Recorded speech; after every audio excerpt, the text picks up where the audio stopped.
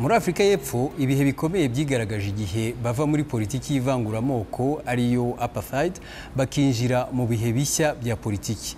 Habayeho nanone impinduka zikomeye mu rwego rw'imibereho n'imibanire, hiyongeraho kuba imbaga y'Abanyafrika y'Epfo yari yarijejwe imibereho myiza aho ubutegetsi buhindukiye.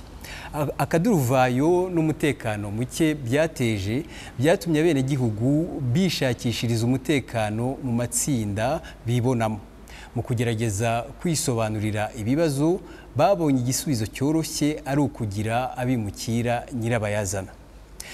Ibyabaye muri Afrika y'Epfo mu minsi ishize mwabibonye, hari isano mubona n'ibyabaye mu Rwanda kubyerekeye ibyo ngibyo byo kugira abantu ba nyirabayazana?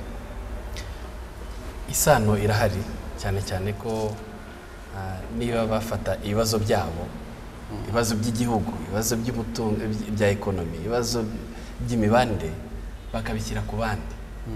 Byarabaye hano mu gihugu aho ibibazo by'ubukungu ndetse n'ibibazo by'imibanire abayobozi ndetse n'igice kimwe cy'Abanyarwanda cyabishyize ku Batutsi. Abahe bayobozi? Abayobozi ba guverinoma zacu muri Repubulika ya mbere n'iya kabiri, yari yobowe na Habyarimana n'iyo yobowe na Kayibanda. Abo babwiye abaturage yuko ikibazo cy'ubukungu bw'igihugu ari Abatutsi. Yego.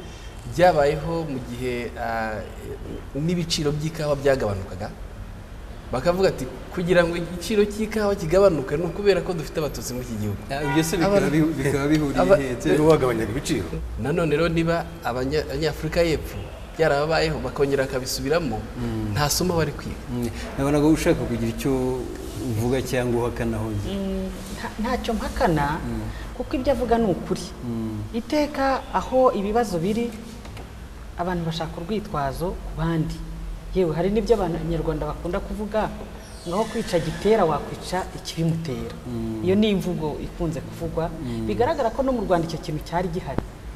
Ubwo mu gihe cya gitera hashobora kuba hari ikibazo nk'icyo cyabaye, ariko iyo mvugo yonyine umuntu yagombye gusobanukirwa iyo ari. Ikibazo rero ngiye nshaka kugira icyo mvugaho ari biriya bya South Africa tuvuga ngo bareba abimukira ngo nibo ba nyirabayazana. Ibyo ni ibintu byoroshye cyane kuvuga ngo bariya nibo bazanye amatiriganya, ubukene. Ibyo biroroshye kuko muri make barashaka kwibutsa ko atari abenegihugu. Ikibazo kiremereye kiri mu bitwa abenegihugu babirabura bijejwe yuko apartheid nisenyuka bazagera icyo babagezaho. Mu by'ukuri uremeza ko ikibazo kitakiri abazungu cyane cyane? Nicyo hari ikibazo cy'abazungu n'abirabura, ariko rero apartheid isenyuka, none abirabura bibonye mu buyobozi, mu butegetsi, bakibwira yuko ubutegetsi babonye bunyuze no mu matora buzahita bubageza ku byo bamaze ibisekuru n'ibisekuruza barabujijwe batagira. Ni ibintu byashobokaga se muri kiriya gihe? Ntibishoboka, ibintu byose birubakwa.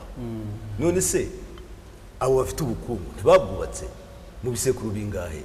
Birenze 4. None se uzagenda ubibambure ku ngufu ngo urabiha bene wanyu babirabura?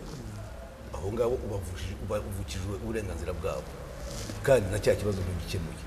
Ikibazo rero aho kiri, hagombaga kuba reforme igerageza kwiga isaranganya ku buryo badahungabanya abatunze, n'ubahungabanya. Mbabarire guca mu ijambo, nanone turenda kujya mu bisubizo kandi tutaragera mu gice cy'ibisubizo. Reka mu ijambo Frederick yenda kuvuga. Njye nashaka na hano hamwe mvuga yuko muri South Africa ikibazo cyari nuko kuba imitungo aho bavuga ko ari ikibazo n'abazungu nabo basizeho. Ikibazo nuko iyo mitungo ntabwo ari kuvuga ko yari yabo, baje imwe bayifata bayambura, bamwe jango n'abanyirabo barapfuye, ariko ntabwo bigeze basubiza abo bantu baturuka kuri abo bapfuye ngo basubize imitungo yabo. Kikaba ari twabyita nka bya bikomere bitigeze bikira. Noneho ikibazo mvuga ko no mu Rwanda hano mu Rwanda harimo ikibazo cya colonialism yatumye n'abantu noneho batangira kudevelop iyo myumvire kugira bumve ko Abatutsi ari bo kibazo, cyane cyane cyagiye abazungu batangira gupima amazuru, cyagiye abantu bavugaga ko umwe bari barabakandamije nibo bami kuva kera, nibo bafite ingoma yabo hake. icyo gihe buri muntu yumvaga niba bindi abantu batangira bakandika bakavuga ibintu ibibazo bitigeze binabaho bavuga ngo wenda abantu barakandamizwe nibo babaye barabahatse rero kubera yabiguyemo reasoning ye irimo contradiction aravuga ngo hari colonialism avuga mu byo wacu yagira South Africa ngo abantu bambuye abandi bintu iyo utangiye kuvuga utyo ukreya ibyo bita victimisation none ukaba ukreatinze ikintu bita ntuze injustice historique kandi itarabaye iryo iyo umaze gukreya injustice historique rero uba uroza abantu muri identité yabo urabwira ngo mwararenganye kuva ku gisekuru ku gisekuru no muri ya magambo bakoresha nko muri Afrika y'Epfo mbahaye urugero baravuga bati bariya bavuye hanze bariya bimukira nibo bafite amafaranga ndetse n'urugero babatwara n'abagore iyo byageze ku bagore uragatsira jewe nashaka kubagaragariza yuko kubijyanye na Afrika y'Epfo uretse gatarangize nashaka kuvuga yuko mu Rwanda aho bitandukaniye cyane nuko iyi myumvire y'urwangano yabaye kreye yashijeho n'aba colonialist abantu bagerageje kugaragaza ko bariya bonyine urugero nuko abantu bamwe babashaga mu mashuri amwe abandi bakabashyira mu yandi mashuri bavuga abantu nibo bashobora kuba ingabo ariko se aho bahaviriye abo nanjye nagira ngo ni ibintu bigenda bikura noneho na cyagiye umuntu yavuga ngo uriya n'umwanzi wawe ukahita ubyumva vuba ko ari ibintu byagushizemo kuva hanyuzeho igihe ibyo byari binoroshye cyane Clement yari yasabye ijambo reka tugende bari haganiye muri Afrika y'Epfo kuba abahasanzwe abakavukire baranza bimukira ni nk'inzira y'ubusamo nko gushakira igisubizo aho kitari kubera ko uwo muntu niba yaraje akimwa akaza mu gihugu cyabo agakora ni umuntu ufite uruhare mu iterambere ry'igihugu cyabo aratanga imisoro araha abana akazi ntago yavanye abakozi bose wabo kuba rero barahindukiye bagashaka kubica kubirukana bakabikora nuko abababeshye ababijeje ibintu bashatse kubereka igisubizo aho kitari bashaka gutera akaduruvayo kugira ngo baze kugahosha noneho baze bita nk'abantu babagira neza bashaba bakunze igihugu cyangwa se babakunze ariko atari ko bimeze nko kujijisha abaturage njye nagira ngo rero ngaruke ku cyo yaravuze kijyanye n'abakoloni mu Rwanda navuga ngo ahubwo byari byoroshye kuko nibura wavuga ngo byaturutse aha ariko iyo tuvuga nanone ngo ni abakoloni tugaruka kuri ya nyirabayazana ikibazo cyacu ntago dukwiye kuguma muri nyirabayazana y'abazungu kuko igihe cyarageze abazungu baragenda ababasimbuye se bo bakoze iki njyewe ndongera ngaruke cyane kuri za ntege nke ziri mu banyarwanda benshi ndetse harimo abize n'abo twita abatarize abantu banyumva bambabare ariko n'injiji zize nazo ziriho kuko muri abo bitwa ngo barize nibo bayoboye abandi mu kujyana abantu mu kwicana no kubambura uburenganzira bwabo nta nubwo ari n'ubujiji muri ubwo buryo ahubwo nsanga ikibazo gifite umuzi mu mateka yacu aho twavutse iwacu mu rugo kwa ba data na ba mama ni aho ngaho ikibazo kiri niho intege nke ziri niho abana batora iyo mico yo kwanga abandi no kurema udutsiko babatoza ngo bariya ni babi bakabikurana bakiri abana mu kuri ntabwo ari umukoroni wasanze abantu bakuru ngo batandukanye ahubwo ndatekereza ko wenda turi bugere mu bisubizo uduce abantu gucamo abandi bice bituruka iwacu mu ngo n'uburere abantu bahabwa mfatiye ku byo uvuze ese iyo abantu bishyira mu duce babishyira mu dutsiko mu by'ukuri baba bashakamo iki ndumva turwana n'ibintu bitakwiye kutuvuga amatsinda kuva isi yaremwa abantu baremwa ahoraho azahoraho ntawe uzayabuza ntawe uzavuga ngo ntawe uzabuza abandi kuvuga ngo uriya ni muremure uriya ni igikara uriya ni umugore uriya ni umukobwa si cyo kibazo uyu mugabo yigeze kuvuga ikibazo ni iki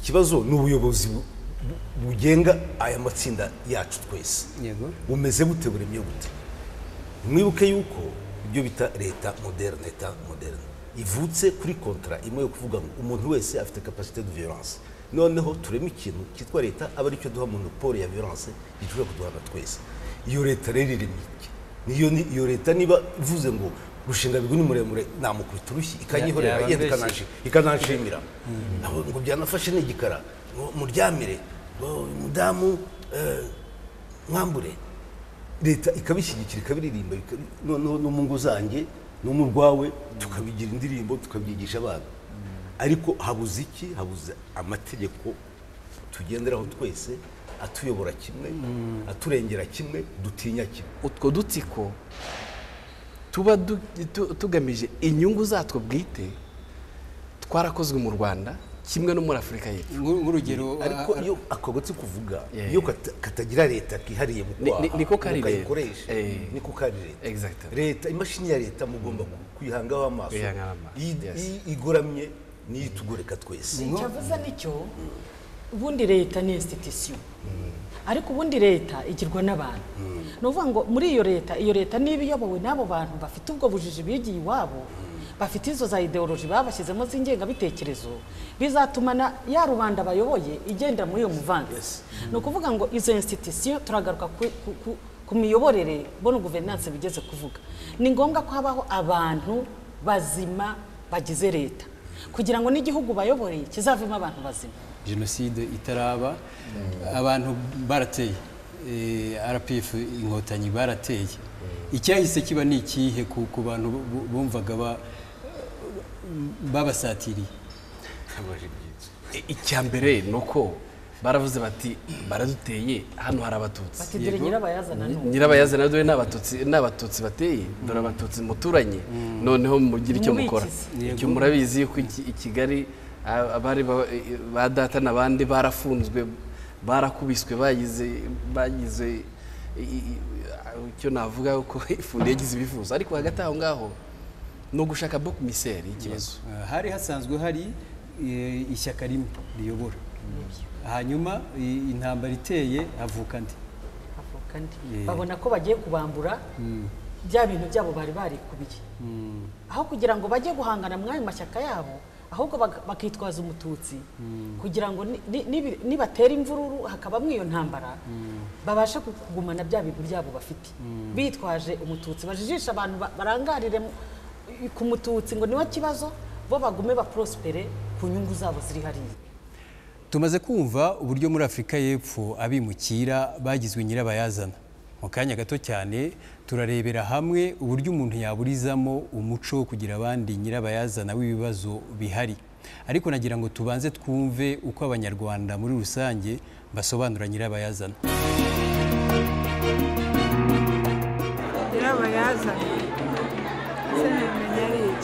Nyirabayazana ubundi ni nk'umuntu uteye ikibazo runaka. Urugero nk'umuntu niba hari icyo yagombaga kugukorera ntakigukore kandi zari inshingano n'uburenganzira bwawe. Usuko waba unyise nyirabayazana naba narazanye iki? Mu by'ukuri nambwa ati ntabwo ari njyewe si njyewe nyirabayazana wibeshye. Nyirabayazana w'ibibazo byo ku isi ni shatani. Kuri njyewe ni inkomoko y'ikintu. Ikintu warateguye wagitegura noneho ntigitange inyungu aho kugira gitanga inyungu ahubwo kigahombesha babandi wagiteguriye. Nyirabayazana ni ikintu madamu nyirabayazana nzi icyo ari cyo rwose. Nyirabayazana ubundi genze ko ari umuntu mbese wikoreye ikintu akaba mbese ugitangira hegera kikamuberaho ikintu kibi wenda mbese kubyamara ibintu bibi waba ari nyirabayazana nyine.